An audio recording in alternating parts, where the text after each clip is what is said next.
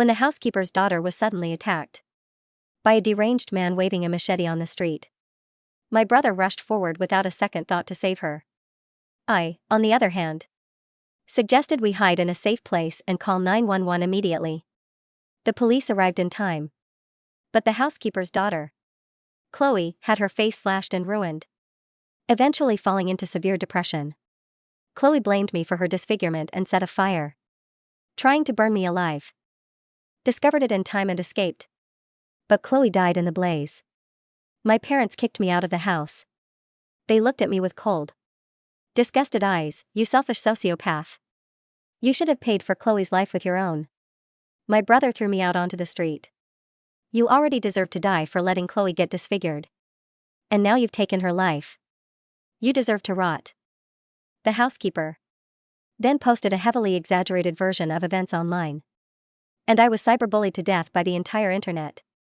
When I opened my eyes again, I was back on the day Chloe was attacked. I sneered and nudged my brother beside me. "Liam, what are you waiting for? Hurry up and save Chloe." The deranged man swung the massive machete right at my brother. Liam instinctively raised his arms to block it. Then came a blood-curdling scream. I watched helplessly as my brother's hands were hacked at. Slash after slash, fingers flying into the air. And I just stood on the sidelines watching it all coldly. I looked completely unbothered. As if that man wasn't my brother, but someone less than a stranger. No one knew that at this very moment. I truly wished my brother would just be hacked to death by this maniac. It would be a release for me. Unfortunately, his life was cheap. The Grim Reaper didn't want to take him that early.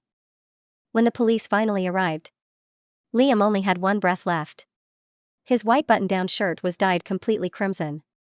There were also several deep machete gashes on his thighs. I threw myself down next to my brother, my voice trembling. "Liam, you have to hold on. You can't fall asleep. Or what will Mom and Dad do?" No one knew that. I was viciously pinching the open wounds on my brother's body. When no one was looking, I even rubbed handfuls of dirt deep into his gashes. He was already so weak. He couldn't even tell where the pain was coming from. So naturally he didn't notice what I was doing. "Where's Chloe? Is she okay?" Liam's voice was barely a whisper. To still be thinking of the housekeeper's daughter at a time like this must be true love. It's a pity. He had no idea that the person he protected with his life had long since bolted. She had run all the way home, not caring whether he lived or died. This was the person he had always loved, just like my brother. An ungrateful, selfish backstabber. "Don't worry, she's perfectly fine," the housekeeper said. "She's already safely at home. You don't need to worry about her." The moment I finished speaking, my brother let out a sigh of relief and then passed out cold. When Mom and Dad rushed to the hospital, they only saw me sitting outside the operating room. What exactly happened? How could something like this happen? My parents were panting heavily, their eyes red with tears. I told them the story, adding plenty of fuel to the fire, and heavily exaggerated my own actions. I told them how I tried so hard to hold him back, but just couldn't stop him. I thought Chloe would at least yell for help, or at the very least call 911. I never imagined she'd just abandon my brother and run away. The sound of my sobbing filled the hallway, but it was just sound. There were no tears. Hearing me say this, my parents' impression of Chloe instantly plummeted. "Where is Chloe now?" When my mom heard that my brother had thrown himself into danger entirely for Chloe, her tone turned venomous. "You have to understand.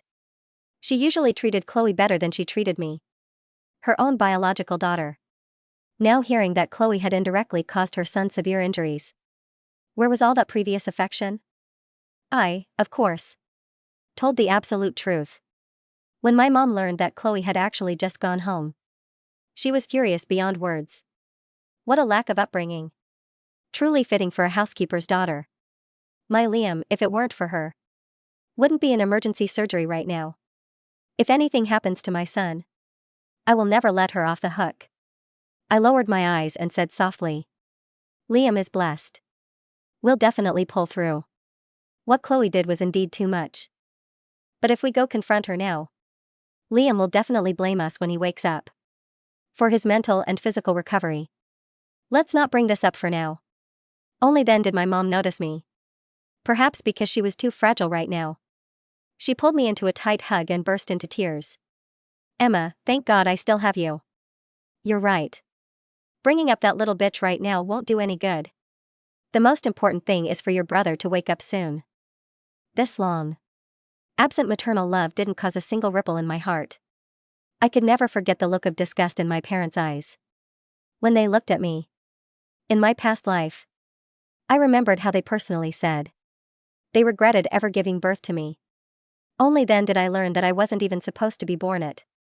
It was my dad who said they should keep me. So they could marry me off for a hefty dowry later. No wonder when I was driven into a corner. My parents didn't care at all, they even told me to go die. To die far away so I wouldn't drag them down. Just then, the operating room door swung open. The doctor sighed. The patient sustained multiple deep lacerations. He is currently out of the woods regarding imminent death. But as for the rest, we've done everything we could. Liam was wheeled out. Looking at him wrapped up like a mummy. I found out that his right hand had been amputated. His left hand was still there. But only 2 fingers remained. He looked absolutely horrifying. Not to mention the machete gashes all over his body. After my dad went to speak with the doctor, I overheard the rest of the grim news. There were several deep cuts near his upper thighs, which had severely impacted his reproductive capabilities. Hearing this, my mom's world collapsed. Unable to bear the shock, she fainted dead away. A few days passed and Liam's condition began to stabilize. He finally woke from his coma. But he found it incredibly difficult to accept his physical mutilation. Constantly throwing massive tantrums. My hand, where is my hand? Why didn't you save my hand? I was just starting my career.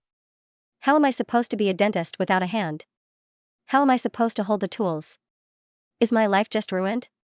In my past life, I had thought about his future. But he hadn't appreciated it. In this life, his future was crystal clear. He screamed, he roared. The entire hospital room was filled with his impotent rage. My mom was streaming tears. Only able to comfort him softly. There was nothing we could do. The doctor said. When you were brought in, everything was hacked to pieces. If they didn't operate immediately, I would have lost you entirely. You are my son. I didn't accept that. Hearing this, Liam didn't calm down at all. But what about me? Aren't I just a cripple now? Just then, my dad walked in after paying the hospital bills. Seeing Liam throwing a fit, rage surged to his head and he slapped Liam across the face. Even though a look of regret flashed across my dad's face. Immediately after, his tone remained harsh. What else could we do? Didn't you choose this yourself? You insisted on saving the housekeeper's daughter. Shouldn't you have thought clearly if you could bear the consequences? You charged in there acting like a hero. Did you ever think about me and your mother and this whole family? If you died, did you think your mother could survive it? The damage is already done. Focus on recovering your body first. Don't worry about anything else. Perhaps the slap woke him up. Or perhaps it was because Dad had spoken. But Liam finally backed down. He was forced to calm himself. But seeing the dark gloom in his eyes, I knew this was far from over. To reinforce my brother's resentment, to guide him, I would purposefully scroll through Instagram when I had nothing else to do. Showing Liam every single update regarding Chloe. Liam, look. Chloe posted again, her dress is so pretty. It looks like she went to Malibu to eat king crab. I want to eat that, too. Wow. Chloe's bag is so sparkly. It must have diamonds encrusted on it, right? I'm so jealous. Liam's face grew uglier and uglier. Of course, it did. He was severely injured, lying in a hospital bed unable to move. Meanwhile, the woman he saved with his life was out in Malibu, eating king crab and buying new dresses and designer bags. Anyone would have a problem with that. And everything I did was to ensure he had a problem with it. To drive a wedge between him and Chloe. Although time alone would eventually achieve this effect. Adding fuel to the fire would speed up the process significantly. Liam, I'm doing this for your own good. I'm helping you see clearly. Exactly what kind of trash you sacrificed yourself for. Don't worry, I'll collect my consultation fee later. Days passed and Liam constantly stared at the door of his room. Every time the door opened, his eyes would light up. But when he saw it was just a nurse or our parents, the light would instantly die. I knew exactly who he was waiting for. He was waiting for a ghost. Day after day, Liam's sunken eyes remained glued to the frosted glass of the hospital room door. He refused to eat the hospital food, batting away the pathetic spoonfuls of mashed potatoes my mother tried to feed him. His remaining hand would twitch violently on the bedsheets. He was looking for her. He was looking for the girl he had sacrificed his flesh and blood to protect. But Chloe was never going to come. I knew this, because I had been keeping close tabs on her digital footprint. While my brother was rotting in a sterile room smelling of iodine and despair, Chloe was living her absolute best life. She had recently uploaded a vlog of herself trying on luxury sunglasses at a boutique downtown. Her caption read that she was overcoming trauma by practicing self-care. It was almost comical how effortlessly cruel human nature could be. I sat in the corner chair, peeling an apple with a small silver paring knife. The skin came off in one long, continuous red ribbon. I let it drop into the trash bin, perfectly mimicking the way Liam's useless hopes were spiraling down the drain. "She's probably just scared, Liam," I said softly, my voice dripping with manufactured sympathy. "She experienced a terrible shock, after all." Liam ground his teeth together so hard I could hear the enamel squeak. "A shock?" he hissed, his voice raspy from disuse. "I gave up my hand for her. I gave up my entire career. She could at least send a text." My mother, dabbing her puffy red eyes with a crumpled tissue, finally snapped. "That ungrateful little wretch isn't worth another thought, sweetie. Her mother didn't even show up for work today. I called her 5 times, and it went straight to voicemail." I kept my eyes on the apple, slicing a neat wedge. "Maybe Mrs. Miller is busy taking care of Chloe," I offered innocently. "Taking care of her?" my mother shrieked, her voice echoing in the quiet ward. "Chloe didn't get a single scratch on her. My son is lying here mutilated, and that glorified maid has the nerve to ignore my calls? She's fired. She is absolutely, permanently fired." I smiled inwardly, knowing this was exactly the push they needed. In my previous life, my mother had forgiven the housekeeper entirely, believing the woman's crocodile tears and pathetic excuses. But in this life, Liam's blood was on Chloe's hands, and a mother's vicious protective instinct had finally been aimed in the right direction. 2 days later, the hospital room door finally swung open. Liam jerked upright against his pillows, a pathetic glimmer of hope lighting up his dull eyes. But it wasn't Chloe. It was her mother, the housekeeper, Mrs. Miller. She didn't come bearing flowers or a card. She came clutching a cheap faux leather handbag, looking entirely unapologetic. "Mrs. Miller," my mother said, standing up from her chair, her entire body rigid with fury. "You have a lot of nerve showing your face here." The housekeeper sighed, putting on a highly exaggerated expression of exhaustion. "Look, ma'am, I know you're upset. But Chloe is severely traumatized. She hasn't been able to sleep for days. She jumps at every shadow. I came here to collect my final paycheck, since you left me that nasty voicemail firing me." The room plunged into an icy silence. Even I had to pause my scrolling to admire the sheer audacity of this woman. Liam's mouth fell open, his pale lips trembling. "She's traumatized," he whispered. "She's traumatized because I stepped in front of a machete for her?" Mrs. Miller crossed her arms, looking defensively at my brother. "Well, nobody asked you to do that, Liam. Chloe told me she was about to run away anyway. You just got in the way and made the maniac even angrier. To be honest, my daughter thinks you were just trying to show off." If a heart could audibly shatter, Liam's did in that exact moment. My mother let out a feral scream. She lunged across the hospital bed, grabbing the housekeeper by her cheap synthetic hair. "You miserable parasite," my mother roared. "My son is a cripple because of your wretched daughter. I'll kill you."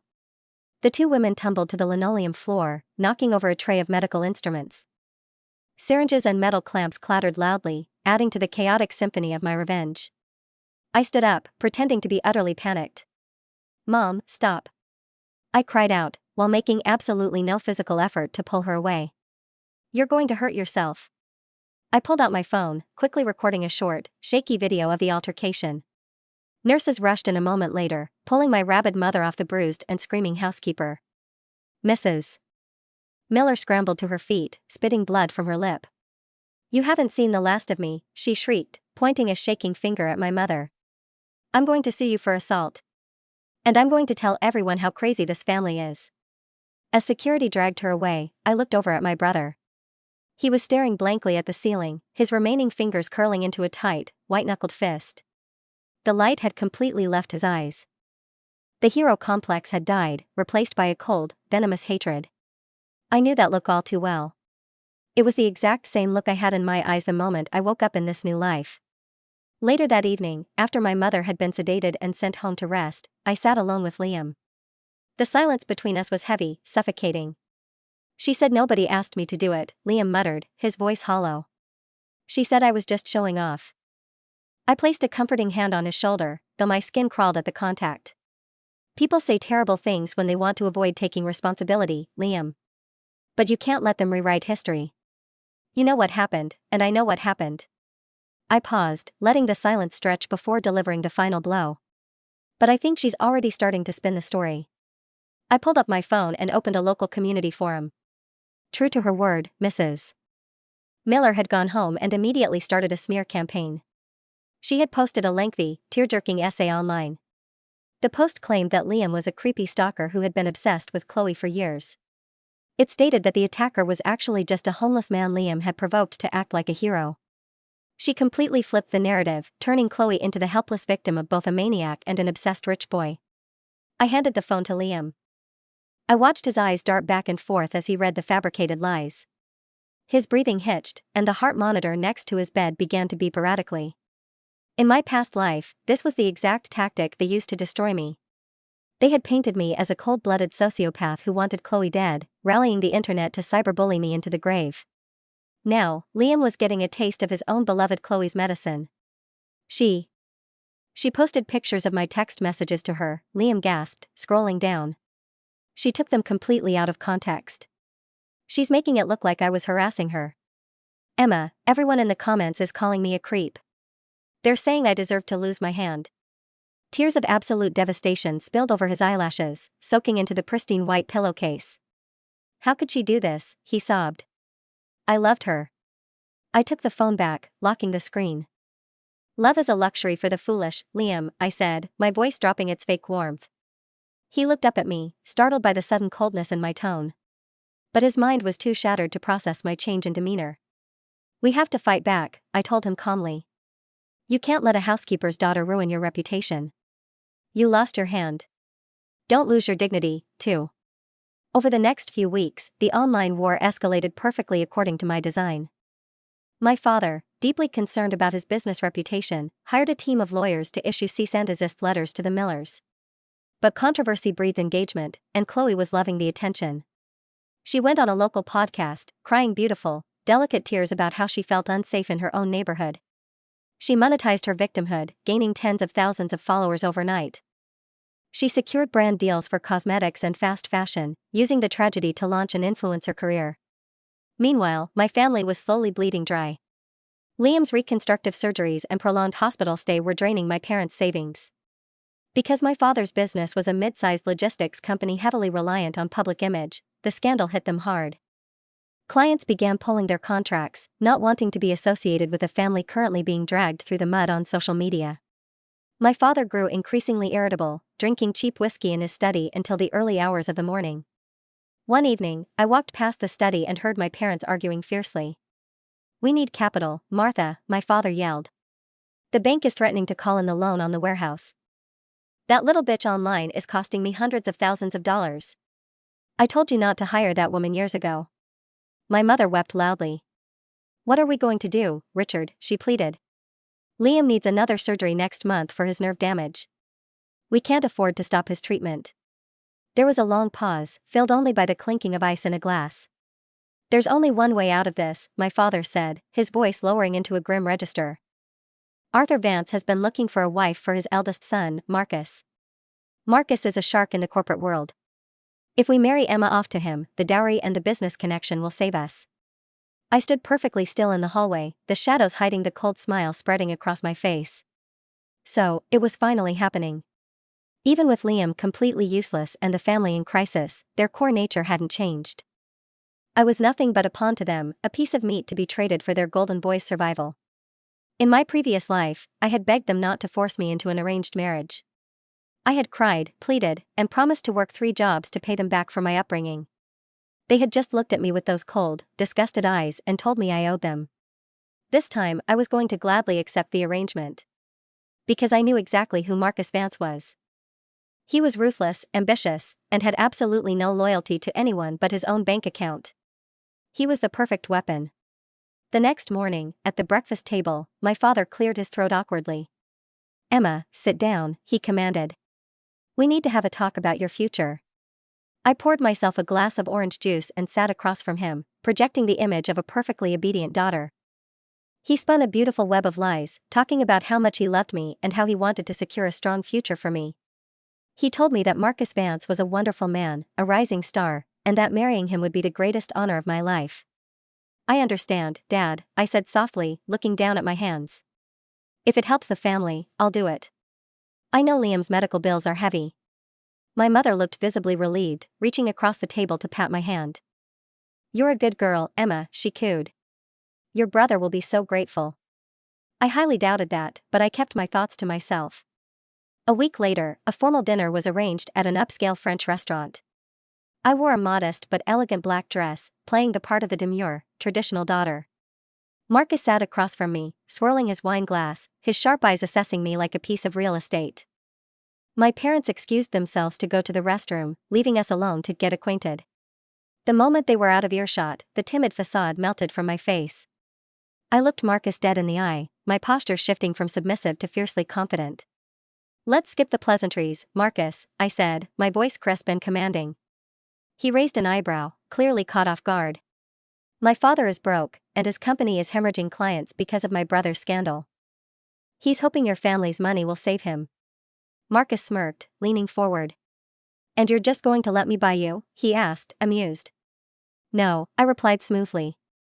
"I'm going to help you steal his company." The amusement vanished from his face, replaced by genuine intrigue.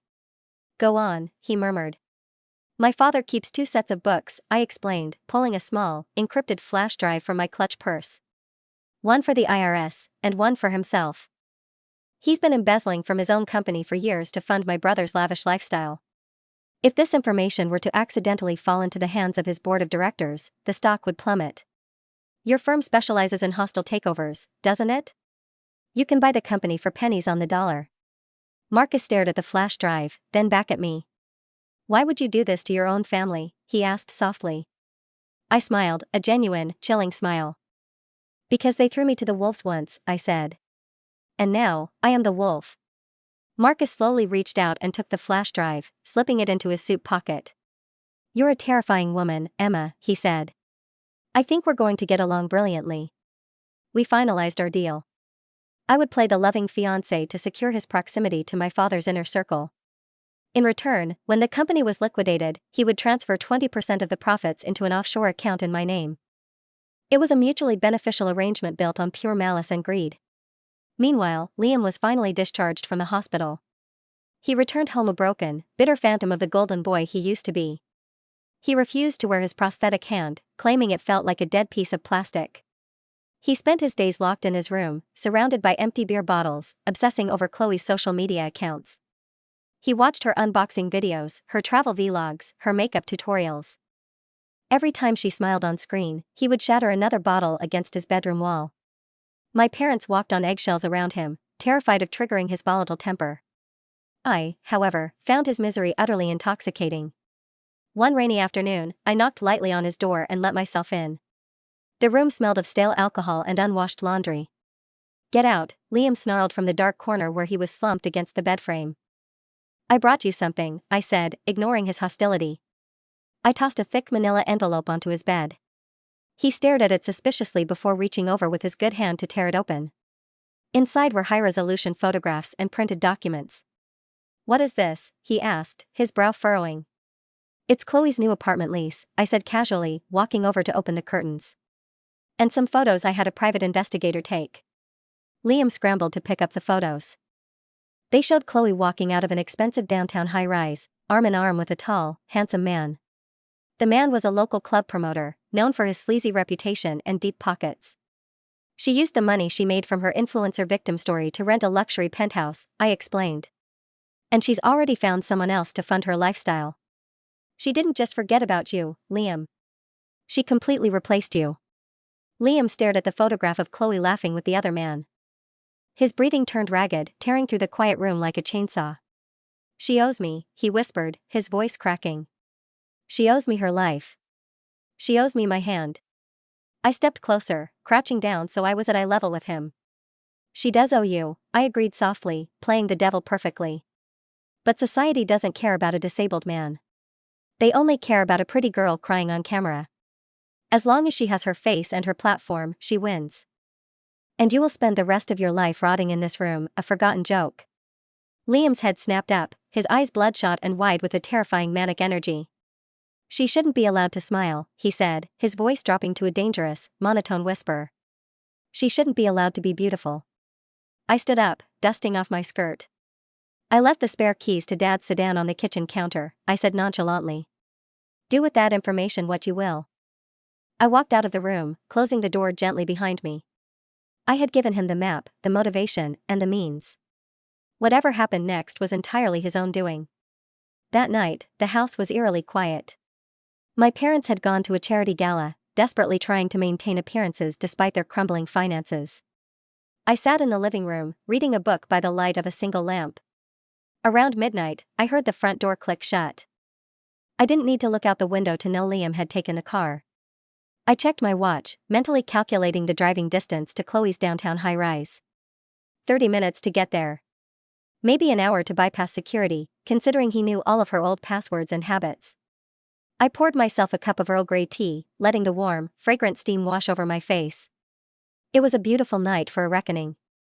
According to the police reports and news anchors the next morning, the events unfolded like a cheap horror movie. Liam had managed to sneak into Chloe's building by following a resident through the lobby doors. He went up to the penthouse and waited in the stairwell. When Chloe's new boyfriend left around 2 a.m., Liam used a spare keycard he had somehow stolen to enter her apartment. Chloe woke up to find the man whose life she had ruined standing over her bed. She screamed, naturally. She grabbed her phone to start a live stream, instinctively thinking that her followers would protect her. It was the dumbest mistake she could have made. The live stream went out to 30,000 people instantly. They watched in real time as Liam, unhinged and desperate, cornered her in the bedroom. Why? Liam was heard screaming on the recording, his voice breaking. Why did you leave me there to bleed to death?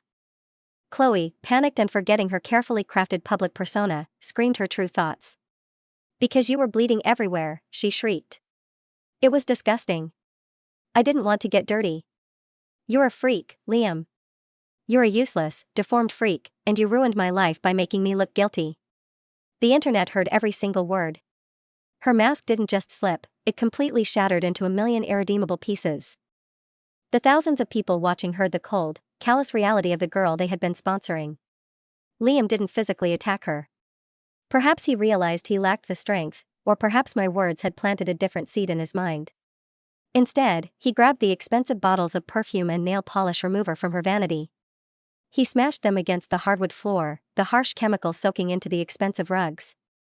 He pulled a lighter from his pocket. If I'm a freak, he whispered to the camera. Then you can burn in hell with me. He dropped the lighter. The fumes ignited instantly. The fire alarm blared through the phone speakers just before the livestream cut out. By the time the fire department arrived, the penthouse was entirely engulfed in flames. It was heavily poetic. In my past life, Chloe had set a fire to burn me alive, blaming me for her ruined face. Now, she was trapped in a fire born of her own vanity and cruelty. Both Liam and Chloe survived, but they didn't walk away unscathed. Chloe suffered severe smoke inhalation and third-degree burns across her arms and chest. Her beautiful face was spared, but her vocal cords were permanently damaged from the smoke. She would never be able to record a podcast or speak on a vlog again. Her influencer career was ashes. Liam was dragged out by firefighters, completely catatonic. He was arrested on the spot for arson, breaking and entering, and attempted murder. When the police called my parents at 4 a.m., the screams that echoed through our house were music to my ears. My mother collapsed in the hallway, clutching her chest. My father tore out of the driveway, speeding to the police station in a frantic panic. I sat on the stairs, watching the chaos unfold, my expression carefully blank. The fallout was spectacular and absolute. Chloe's livestream had been recorded and shared millions of times across all social platforms. Her sponsors dropped her immediately, citing moral clauses in her contracts. Because she was liable for the fire damage to the penthouse, the building management sued her for millions. Her mother, Mrs. Miller, tried to start a GoFundMe, but it was flagged and removed for fraud within hours. They were buried in debt, universally hated, and entirely ruined. But my family wasn't doing much better. The news of Liam's arrest was the final nail in the coffin for my father's business. The board of directors called an emergency meeting. It was exactly the distraction Marcus needed to execute his hostile takeover. Armed with the financial discrepancies I had provided, Marcus's firm squeezed my father out of his own company in less than a week. He was forced to sell his shares at rock-bottom prices just to pay off the bank loans and avoid federal prison for embezzlement. The family mansion was foreclosed on. My parents went from being wealthy suburban socialites to disgraced, penniless pariahs. Liam's trial was brief. Given his confession on the livestream and the sheer amount of evidence, his lawyer told him to plead guilty. The judge showed no leniency to the former golden boy. He was sentenced to 15 years in a state penitentiary. A man with one hand and a fragile ego wouldn't last long in a place like that, but that was no longer my concern. The day my parents packed the last of their belongings into a rented moving truck, I stood on the porch with my suitcase. My mother looked aged a decade. Her hair was unkempt, her eyes hollow and dark. "Emma, are you coming?" she asked, her voice shaking. We found a small apartment on the east side. Marcus backed out of the engagement after the scandal broke. "It's just the three of us now." I looked at her, really looked at her, and felt absolutely nothing. No pity. No sorrow. Just a profound, liberating emptiness. "I'm not coming with you," I said calmly. My father paused, holding a cardboard box. "What do you mean?" he barked, trying to summon his old authority. "You have nowhere else to go. You're coming with us, and you're going to get a job to help pay for Liam's commissary." I laughed. It was a bright, clear sound that startled them both. "I don't think you understand, Dad," I said, picking up my expensive leather suitcase. "I was the one who gave Marcus your ledgers." The box slipped from my father's hands, crashing onto the pavement. A cheap vase shattered, scattering ceramic shards across the concrete. "You." He stammered, his face turning an alarming shade of purple. "You betrayed us?" "Why would you do that?" my mother shrieked, stepping toward me. "We are your family. We gave you life." I stopped smiling. "You gave me life to sell me," I stated coldly. You looked at me with disgust. "You threw me to the wolves when it suited you." I just learned how to bite back. I didn't wait for their response. I turned and walked down the driveway toward the sleek black town car waiting at the curb. Marcus had held up his end of the bargain. My offshore accounts were heavily funded, and my new passport was sitting in my purse. I climbed into the back seat and told the driver to take me to the airport. I looked out the tinted window one last time as we drove away.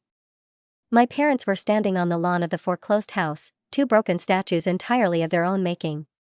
They had nothing left. Liam was rotting in a cell. Chloe was a scarred, silenced outcast drowning in debt. The nightmare of my past life had been thoroughly, surgically eradicated. I leaned back against the plush leather seats and closed my eyes. The air conditioning hummed softly in the quiet cabin.